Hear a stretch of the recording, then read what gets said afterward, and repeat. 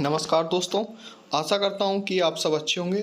आज हम UP triple S C PET जी के फर्स्ट, जिसमें पहला हमने आज टॉपिक लिया है जीएस का, ठीक है। इसलिए जी के फर्स्ट लिखा हुआ है यहाँ पर। फर्स्ट टॉपिक का नाम है हड़प्पा अथवा सिंधु सभ्यता, ठीक है। हड़प्पा को ही सिंधु सभ्यता के नाम से भी जाना जाता है। इसके हम 20 अति महत्वपूर्ण प्रश्न जो यूपी ट्रिपल एस सी में लगातार पूछे गए हैं उनके लिए कवर करेंगे और जिनके आने की संभावना अत्यधिक है। तो चलिए शुरू करते हैं वीडियो को। लेकिन वीडियो शुरू करने से पहले अगर आप हमारे चैनल पर नए हैं तो चैनल को प्लीज़ सब्सक्राइब जरूर करें और वीडियो को लाइक करना बिल्कुल ना भूलें। तो चलिए शुरू करते हैं। देखिए, पहला प्रश्न है कि हड़प्पा सभ्यता किस युग की सभ्यता है। आपको युग बताना है, किस युग की सभ्यता है। इसमें ऑप्शन दिए हैं कांस्य युग, नवपाषाण युग, पुरापाषाण युग, लौह युग। तो ये देखिए कांस्य युग की सभ्यता है, ध्यान रखिए। ऑप्शन कौन सा सही है? कांस्य युग, ठीक। अगला मैं बता दूं इसी में कि जो लौह युग की सभ्यता है वो जो आप अगला जो चैप्टर पढ़ेंगे वैदिक सभ्यता, ठीक है, या वैदिक संस्कृति के नाम से जिसे जाना जाता है, वो लौह युग की मतलब सभ्यता है। और हड़प्पा सभ्यता जो है कांस्य युग की सभ्यता है। नेक्स्ट प्रश्न देखिए, हड़प्पा वासी किस वस्तु के उत्पादन में सर्वप्रथम थे। किस वस्तु का उत्पादन जो है सर्वप्रथम किया था उन्होंने, वो है मुद्राएं, कांसे के औजार, कपास और जौ। तो इसका जो सही आंसर है वो है कपास, ठीक है। याद रखिए कि हड़प्पा वासी किस वस्तु के उत्पादन में सर्वप्रथम थे, तो ऑप्शन आएगा इसका आंसर कपास। नेक्स्ट प्रश्न देखिए, हड़प्पा सभ्यता का सर्वप्रथम खोजकर्ता कौन है। सर्वप्रथम खोजकर्ता, तो देखिए खोज जो हुई थी हड़प्पा सभ्यता की वो सबसे पहले 1921 ईस्वी में हुई थी, ठीक है, 1921। ऑप्शन है sir John Marshall, R D. Banerjee, A K. Cunningham, Dayaram Sahni. तो इसका जो सही आंसर है वो है इसका दयाराम साहनी, ठीक। किसने खोज की थी हड़प्पा सभ्यता की? आप ध्यान रखिए, दयाराम साहनी ने सन 1921 ईस्वी में हड़प्पा सभ्यता की खोज की थी, ठीक है। नेक्स्ट क्वेश्चन देखिए, सिंधु सभ्यता का बंदरगाह कौन था। देखिए दो इसके प्रमुख बंदरगाह थे, इसमें बंदरगाह पूछा है। एक तो सुतका गैंडोर जो बलूचिस्तान में है, और दूसरा देखिए इसमें से आपको बताना है, चूंकि वो भारत में नहीं है इस समय, तो जो भारत वाला है वो बहुत ज़्यादा इंपॉर्टेंट है। देखिए ऑप्शन है कालीबंगा, रोपड़, लोथल और मोहनजोदड़ो। तो इसका जो सही आंसर है वो है लोथल। लोथल देखिए गुजरात में है, तो ये इसका प्रमुख बंदरगाह था लोथल। ध्यान रखिए, बहुत इंपॉर्टेंट क्वेश्चन है। नेक्स्ट क्वेश्चन देखिए, क्वेश्चन नंबर 5, सिंधु सभ्यता में बृहत स्नानागार कहाँ पाया गया है। ठीक है, स्नानागार आपने इसका नाम तो सुना होगा, ठीक है, अगर आपने थोड़ा बहुत भी पढ़ा होगा। इसमें ऑप्शन है मोहनजोदड़ो, हड़प्पा, लोथल, कालीबंगा।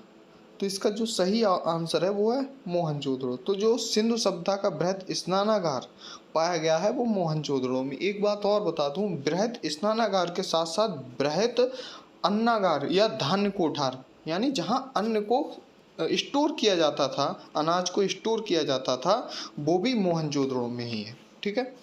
नेक्स्ट क्वेश्चन देखिए, सिंधु सभ्यता के घर कैसे बनाए जाते थे, ठीक है, किससे बनाए जाते थे।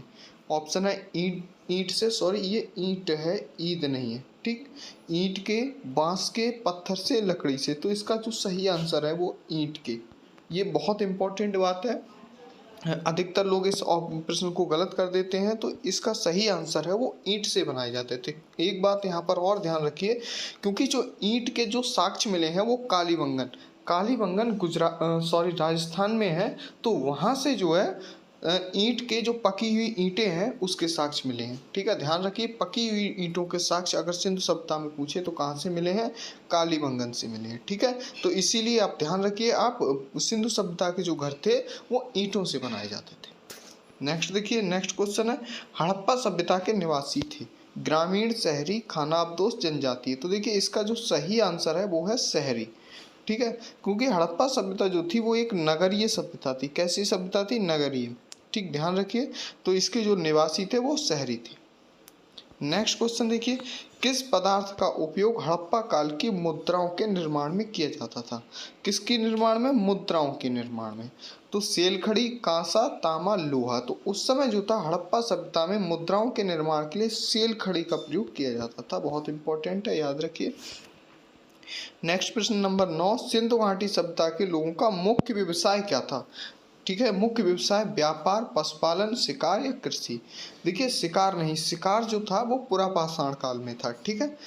यहाँ पर जो ऑप्शन सही है वो व्यापार। ठीक, एक बात ध्यान रखिए, क्योंकि सिंधु घाटी सभ्यता जो थी वो एक नगरीय सभ्यता थी। अभी इससे पहला प्रश्न बताया, जब नगरीय सभ्यता थी तो वहाँ सबसे ज़्यादा जो होता था वो व्यापार होता था।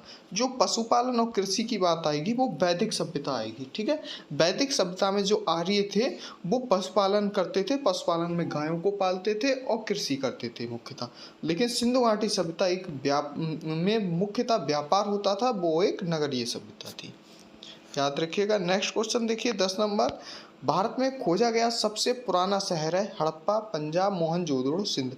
तो देखिए इसका जो सही आंसर है वो है हड़प्पा। चूंकि इस सभ्यता का नाम इसीलिए हड़प्पा इसलिए पड़ा है क्योंकि भारत में जो सबसे पहला खोजा गया इस सभ्यता का शहर है वो हड़प्पा है। ठीक है, इसीलिए जो सबसे पहला पुराना जो शहर था वो हड़प्पा है, इसीलिए इस सभ्यता का नाम हड़प्पा सभ्यता रखा गया, याद रखेंगे आप।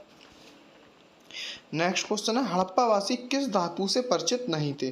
सोना, चांदी, तांबा, लोहा। तो इसका देखिए सही आंसर है वो है लोहा।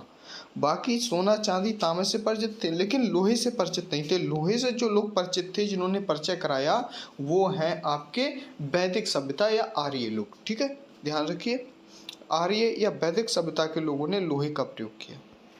नेक्स्ट प्रश्न है, हड़प्पा एवं मोहनजोदड़ो की पुरातात्विक खुदाई के प्रभारी कौन थे? तो प्रभारी की अगर बात पूछी गई है तो lord Macaulay, sir John Marshall, lord Clapp, colonel Tod. तो जो सही आंसर है वो सर जॉन मार्शल, पुरातात्विक खुदाई के प्रभारी पूछे इसलिए sir John martial. Next question देखिए, हड़प्पा सभ्यता में एक उन्नत जल प्रबंधन प्रणाली का पता चलता है, ये कहाँ है? धौलावीरा में, लोथल में, कालीबंगन में, आलमगीरपुर में। तो इसका जो सही आंसर है वो है धौलावीरा में।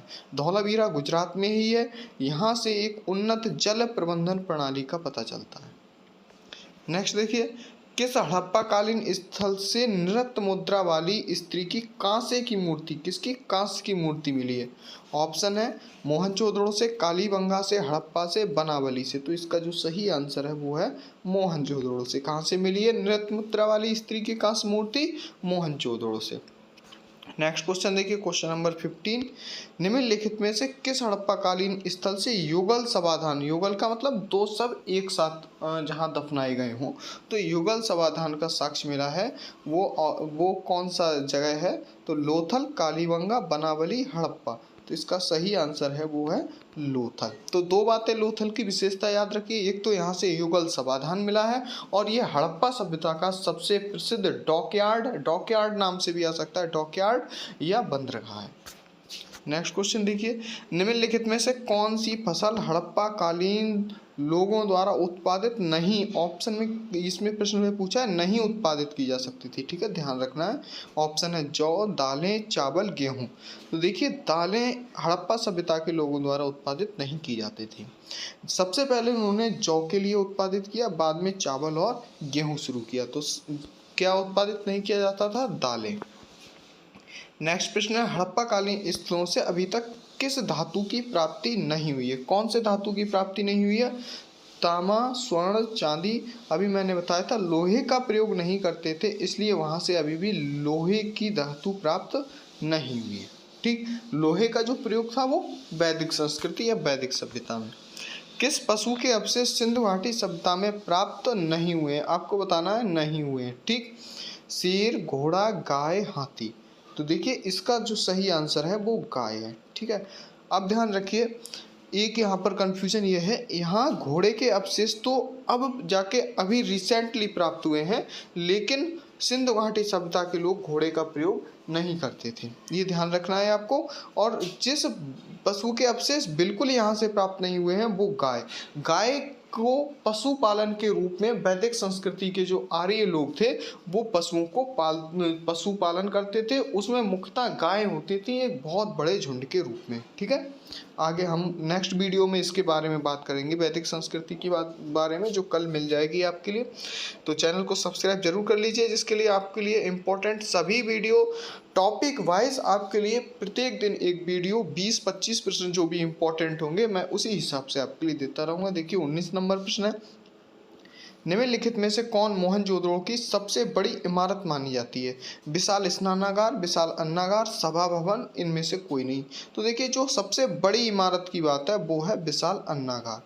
ठीक ऑप्शन। जबकि विशाल स्नानागार और विशाल अन्नागार दोनों ही मोहनजोदड़ो से प्राप्त हुए हैं।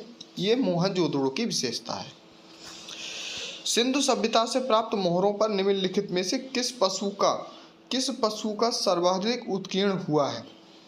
तो देखिए ऑप्शन है शेर, घोड़ा, बैल, हाथी। तो इसका जो सही आंसर है वो है बैल। बैल ना देके कभी कभी एक श्रृंगी पशु या गैंडा के रूप में दे देते हैं, ठीक है, एक सींग वाला पशु या गैंडा, ठीक, तो वो भी हो सकता है, ठीक है। तो बैल इसमें जो इसमें ऑप्शन है उसके हिसाब से बैल है, क्योंकि ये प्रश्न यूपी ट्रिपल एससी में पूछा गया तो मैंने सेम वो प्रश्न दिया है। जबकि इसका कई एसएससी के लेवल पे अगर प्रश्न पूछा गया है तो उन्होंने एक श्रृंगी पशु दे रखा है या गैंडा दे रखा है, तो वो भी ऑप्शन सही होगा। नेक्स्ट एक नोट्स है हमारी तरफ से आपके लिए, जो सिंधु सभ्यता की सीमाओं के बारे में है। सिंधु सभ्यता की जो सीमाएं थी, कहाँ से कहाँ तक ये विस्तृत थी, उसके लिए नोट्स है आज का। उत्तरी सीमा मांडा यानी जम्मू तक फैली हुई थी। जो दक्षिणी सीमा दैमाबाद महाराष्ट्र तक फैली हुई थी। जो पूर्वी सीमा है आलमगीरपुर मेरठ में है उत्तर प्रदेश। और पश्चिमी जो सीमा थी वो सुतका गैंडोर बलूचिस्तान में थी, बलूचिस्तान तक फैला हुआ था ये। और जो सुतका गैंडोर है वो भी एक मैंने बताया बंदरगाह है, और आलमगीरपुर मेरठ उत्तर प्रदेश में है, ठीक। आशा करता हूँ वीडियो आपको अच्छा लगा होगा। मिलते हैं आपसे नेक्स्ट वीडियो में, तब तक के लिए जय हिंद, वंदे मातरम।